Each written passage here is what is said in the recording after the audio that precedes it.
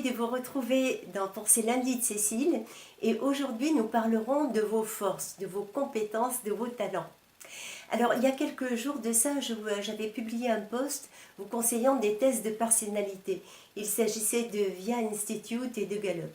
L'idée derrière, c'est que ces tests-là vous proposent 5 forces principales et c'est celles-ci que je vous propose de travailler, à moins que vous les ayez trouvées par ailleurs tout seul. Alors, le premier exercice que je vous propose, c'est d'exercer ces compétences-là, mais de façon un peu plus intense, un peu plus au-dessus de ce que vous pouvez faire normalement. L'idée derrière, eh bien, c'est de les développer et de grandir soi-même. Vous verrez, ça fait un bien fou à l'estime de soi.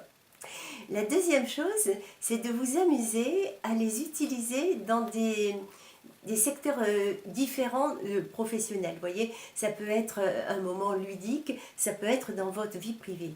L'idée derrière, c'est de comprendre si oui ou non, ou à quel point ces compétences-là sont transversales et du coup transposables dans un autre secteur d'activité.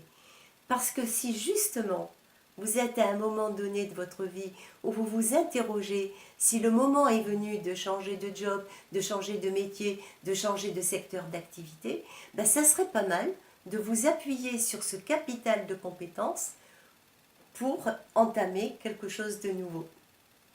Voilà, alors en référence, je vous donnerai un rapport de France Stratégie qui justement fait cette comparaison des compétences transversales, dans quel secteur on peut les utiliser.